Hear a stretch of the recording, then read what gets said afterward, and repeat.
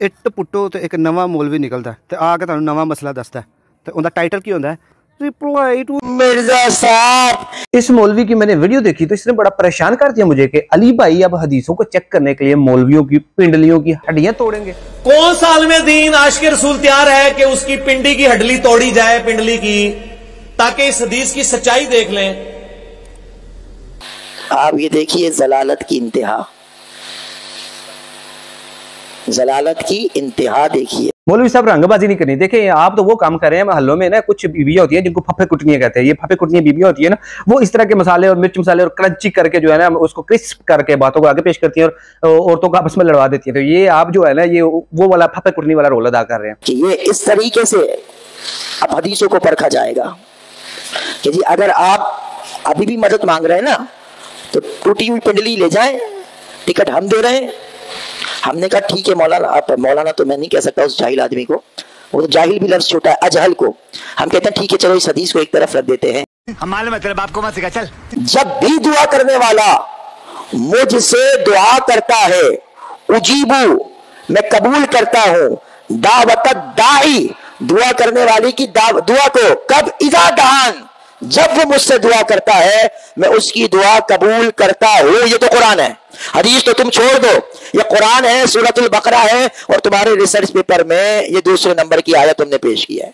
यही नहीं अभी और सुनिए कि जब भी बंदा मुझसे दुआ करता है उजीबू मैं दुआ कबूल करता हूं। तो हमने कहा ठीक है रसूल आपके नजरिए में मदद नहीं कर सकते तो पिंडली अपनी तोड़वाओ और दुआ करो अल्लाह ठीक कर दे। अस्तगफिरुल्लाह, अपने बाबों को दिए हुए अकीदे को मनवाने के लिए अल्लाह के ऊपर एतराज। मौलवी साहब कुछ खुदा का खौफ करें, मरना है अल्लाह को जान देनी है, किस तरफ चल पड़े हो आप?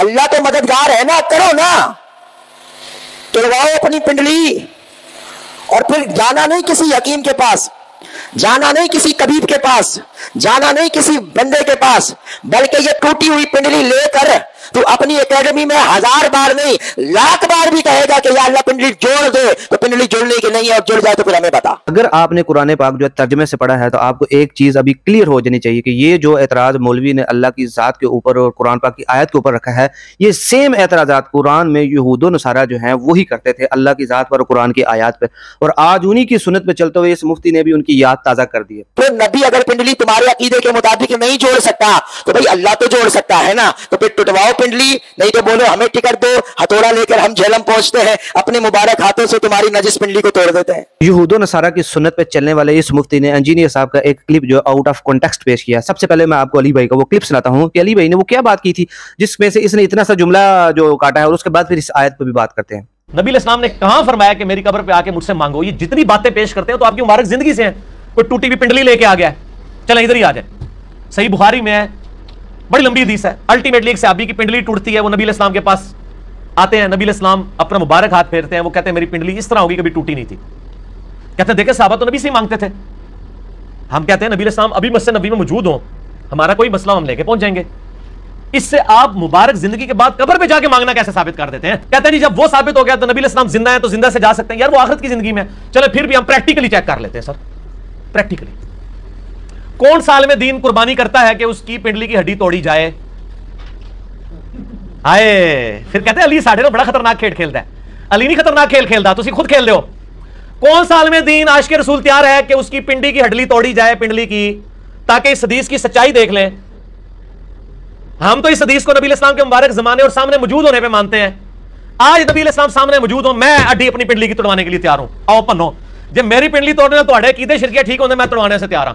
ते तुहाडी पिंडली तोड़वानी नाल अगर साढ़े कीदे ठीक होंगे तो खुदा दे वास्ते कुर्बानी करो। तुसीं कहंदे हो हम तो इसके रसूल के लिए गर्दन भी कटा देंगे, पिंडली तोड़वा लो यार। पाकिस्तान के लखा लोगों के कीदे सही हो जाएंगे। जैसा कि आप लोगों ने अली भाई का क्लियर मौकफ सुन लिया कि अली भाई किस बारे में बात कर रहे हैं। अली भाई कह रहे हैं कि नबी करीम सल्लल्लाहु अलैहि वसल्लम आज फिजिकली हमारे सामने हों तो आज हम अपने तमाम मसाइल उनके सामने पेश करेंगे, लेकिन उनकी वफात के बाद ये अकीदा आप लोगों ने कहाँ से निकाल लिया है कि रसूलुल्लाह सल्लल्लाहु अलैहि वसल्लम अपनी कब्र मुबारक में वैसे ही सुनते हैं, वैसे ही जानते हैं जैसे अल्लाह सुनता जानता है।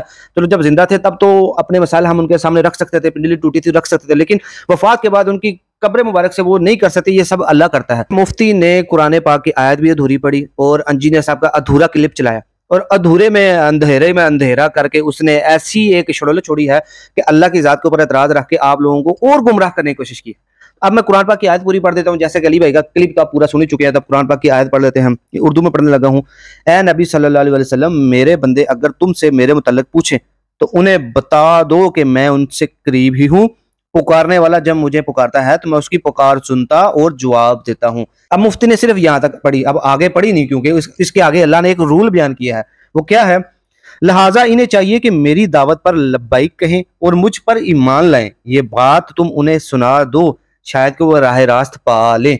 अब देखिए बात यह है कि ये जो अल्लाह ताला कह रहा है कि उनको चाहिए कि वो मुझे ही पुकारें।